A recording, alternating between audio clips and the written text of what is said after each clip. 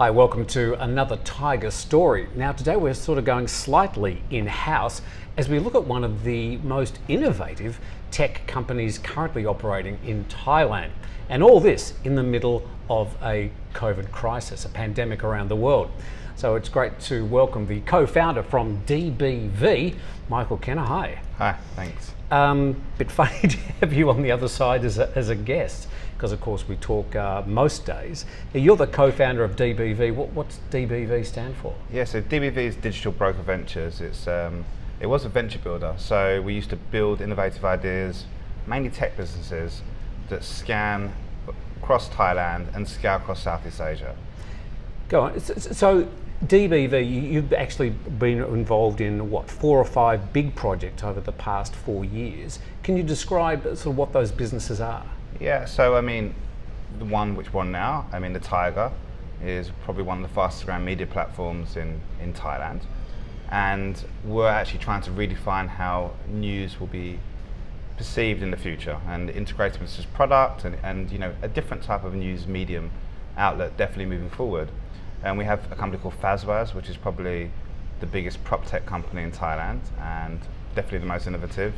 And everybody asks you, where'd you come up with the name Fazwaz? I know you're sick of telling the story, but yeah, so if you get in the inner circle, you can find out. So it's a long story. So we did Fazwaz, and that's a really interesting one because we're basically looking at how we can make life easier in Thailand for buying real estate. Because at the moment there's no transparency in the market. There's definitely very difficult in relation to understand legalities of buying and owning land or condos. And the agents usually have a low standard. So we're trying to actually, transcend the way real estate's being sold here. So that's a really interesting project we're doing.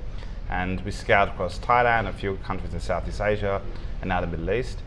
And we work on all different things. So medical tourism is a real interesting one. We've got a company called MyMediTravel, and we focus on medical tourism because getting medical procedures in Southeast Asia, specifically Thailand, is a lot cheaper than going to your home company, especially and very high quality. Amazing quality, especially it's cosmetic, and you're not insured. You might as well just come overseas and really enjoy, the great medical, talent that exists, and also recovering in a very idyllic kind of environment. Go and sit on a beach. Agreed.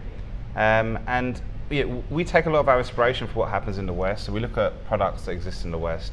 For example, whether there's a big insurance platform for like a comparison market for comparing insurance, which doesn't exist here. And we basically bring it to Thailand. So we're looking at concepts that already exist in other established markets and bring them to Thailand and other emerging markets and really, help improve the user experience and drive real innovation in the market. So that's what DBV does as a whole. Okay. Well, even better, a great video that's already been produced, I think sort of puts a bit of a stamp on all this. So let's check that out. If you've ever been to Thailand, you already know. You already know that people here are built differently. They are an intensely proud people who've built a modern global destination from the roots of an ancient kingdom. Their history is one of upheaval, perseverance, and rapid change. To survive here, you have to be adaptable, innovative, and fearless.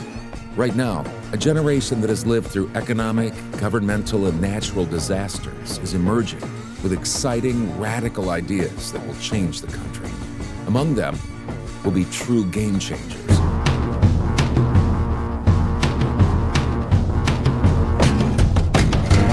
And that is why we've made Thailand our home.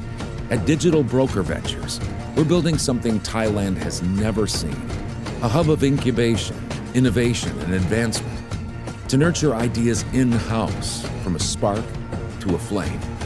We welcome rebels, free thinkers, and challengers to the status quo to create a new breed of entrepreneur and develop businesses that exceed every expectation.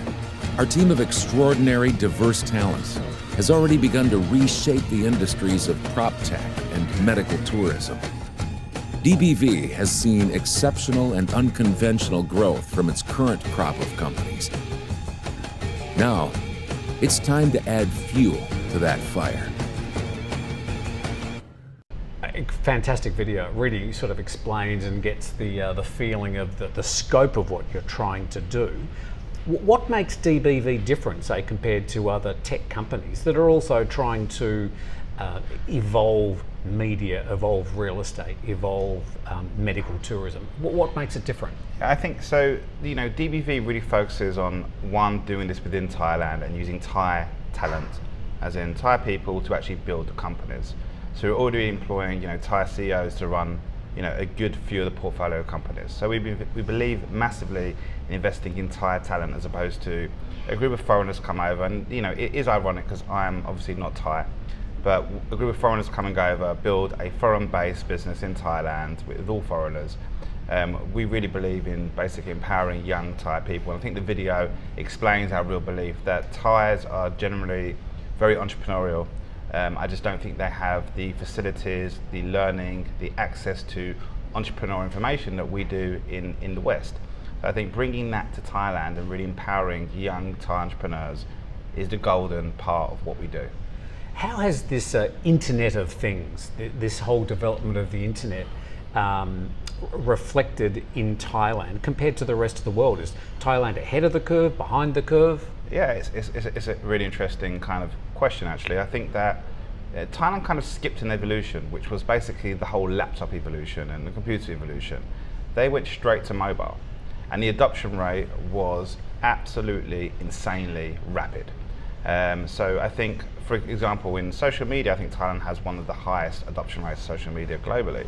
Certainly on Facebook. Yep, agreed. I also noticed that the Tiger, for example, about 88% of the people read Tiger stories in Thai and English on mobile phones. Right, so I think that's the adoption of internet. You can see it also in other kind of circumstances. If you look at card payments, Thailand effectively skipped that process and went straight to QR code. So say where I grew up, we had credit cards or debit cards, we'd scan and put in our PIN code. This evolution just got skipped. So they were behind and just sidestepped and went straight to QR, which is much more efficient and much more safe, much more beneficial to everyone. So I think it is quite interesting. They're not following in the same, emerging markets aren't following in the same path as where the Western markets are going. They're basically jumping, and it's really interesting to watch. So especially during COVID, we've seen cash move over to mobile payments very, very quickly. And now you can walk into any restaurant, any place, any massage shop, anywhere basically, and pay on QR code, and it's so convenient. All right, so we think Thailand's catching up quickly. It's missed one of the steps along the way. Building a tech company in Thailand to take advantage of all this technology that's now being adopted across the board. What are the opportunities for DBV going forward? I think some of the opportunities are present in some of the failures of what the Thailand employment market provides. So the technology scene is a very new scene here. It's been around, say, 10, 20 years at the max, and that would be pushing it. So the actual individuals involved in tech are few and far between, and they don't have the right experience. So that leaves an opportunity for DBV to basically come in and show, and train and show, Thai talent how to build scalable businesses across this market. So we believe the opportunities are rife because in some of the Western markets, lots of business to be done over and over again. You're basically seeing a repetitive another launch of another company. But here, there's lots of things that you would be shocked that actually doesn't exist. Like comparing health insurance. It doesn't really exist here. Not in the same ways it does where we can actually look at the policies. So I think that provides us with lots of different opportunities. And having Thailand as a real base to scale into other markets like Vietnam, Cambodia and other Southeast Asia regions is a real interesting part. So part of the DBV plan moving forward is to sort of get it right here in Thailand and then move into the other Southeast Asian markets. Correct. So one of the companies we've got is called Siam Valley. And Siam Valley is basically a school. It's mimicking kind of the concept of Silicon Valley. But I got that. Okay. So we're saying that this is basically kind of like a school and a training bed for young talent to come in and really learn entrepreneurism at the highest levels. And this is not just, we're not talking about theory, we're talking about we throw them deep into a business. So we take, for example, we've taken a young 23-year-old and built a whole insurance product around this, and that person is now running the insurance product. And this is the best way to learn. Get thrown in the deep end, and we've got a lot of support systems across the business. So this whole concept of Siam Valley is to really put Thailand on the map as a real technology establishment in Southeast Asia. So the young people, the young Thais who sort of get to work in a place like DBV will take some skills they couldn't learn anywhere else because they're learning in the real world. Right, so agreed. So I mean, some of the stuff I learned along my journey took me 10 years or 20 years to learn. And we're basically bundling this up and teaching them very, very quickly. So it's like a crash course in business on scalable tech businesses within like 3 to 6 months. So it's a lot of information to consume, and the people that it doesn't fit everyone. There's only a certain individual who actually, enjoy that type of environment, but they really do benefit from what they're finding out. Now, the last 12 months have been very difficult for a lot of companies, not only in Thailand but the rest of the world. How can a company like DBV not only survive but thrive? I mean, there's a lot more people walking around these offices now than there were 12 months ago. How did you do it? So, and that's obviously an interesting debate. I think during COVID, most companies, decided to scale back. That was the obvious move. Scale back, slow down, reduce the cost base, and that will be the safe move. But we really saw COVID beyond the terrible effects it has on the communities as a real opportunity for our business, because all COVID has done is accelerate what was already happening. Like the demise of the high street was already happening. Yeah. The move to online shopping was already happened or happening, and now it's fully adopted. So we saw, one, that the consumer behaviours were about to change in a rapid pace, and second, that some of these old dinosaur companies actually wasn't serving the consumer in the best possible way, were probably on their last legs, and this was basically going to push them over the cliff. So we really saw this as an opportunity to really come in, and while everyone was scaling down and locking themselves away, to really come in and innovate. So we actually went on a hiring drive across the group, and we started to hire. So we doubled our headcount. And this wasn't because we were generating more profit, because a lot of our businesses were relying on huge influx of tourism coming into the market. It was more because this is the opportunity that we saw to capitalize on our whole business models across the board. So we scaled up in terms of headcount, and we started spending, and we still believe this is 100% the right thing to do. So we've kept a huge headcount employed. We've got 150 plus staff employed across technology groups in Thailand, and we're pushing forward and building really exciting, innovative products for the future. You also sort of made a shift from regions around Thailand where people were working, especially with different real estate offices for Fazwaz. You've now already consolidated everything in Bangkok. Whilst a lot of the world sort of started going remote with things like Zoom and trying to sort of work safely from home, you brought everything into Bangkok. Yeah, and I think that we do believe that working from home works. We know it does. I mean, there's case studies across the world, but we are in the process of training and educating our whole team, and that's when it becomes difficult to work remotely. So we centralise all. Sorry, Tim. I was going to say there's something about leaning over somebody's shoulder and pointing to something on the screen and saying, "Can you move that over there?" which takes 5 seconds, whereas if you do it in a conversation, it suddenly takes about 20 minutes. Agreed, and you might have to then, you don't really know how that they're feeling and their reactions generally. We're finding if we centralise all the operations, we can really benefit from the synergies working together. So yes, we believe in remote working. We have people that work remotely. We have staff in the US, and we have staff in Japan and other different regions, but we do believe in the whole community, and that says it all. In this office, for example, every Friday, there's a get-together across the whole company, and that goes on, for a good few hours, and it's kind of a very social, collaborative environment. And we believe that is really what drives innovation. If you work from home, yes, you can do your job effectively, but the real innovation is coming from people sitting together, brainstorming. And I believe that, especially within Thailand, it's a very innovative environment if you can actually, create that atmosphere. Just as an example, one of the DBV companies, the Tiger, and there were a lot of plans we had for the future, but when COVID happened, there was suddenly a need to change and adapt very quickly. And it was astonishing to me how quickly we were able to try things, adapt. Some things worked, some things didn't. throw them out, try other things. So now that the tiger is almost unrecognisable a year after the whole pandemic started. I obviously was right in the middle of that, but that's an example of, I suppose, the approach that DBV has taken to just about everything. Change quickly and adapt. Agreed. So I think a lesson that we kind of push across the whole business is fail quickly. Fail as fast as you can. Do not create failure spread out over a duration of period, because if you're failing very slowly, you're just basically extending, a bad business model. So we like to try things, and apologies to anyone who reads the Tiger who sees, these new videos coming out, but we're basically finding out information from the viewer base and seeing really what people like and how we can extend, our readership and get our users more engaged in some of the stuff we're doing. So, and across all the business, we change very, very quickly.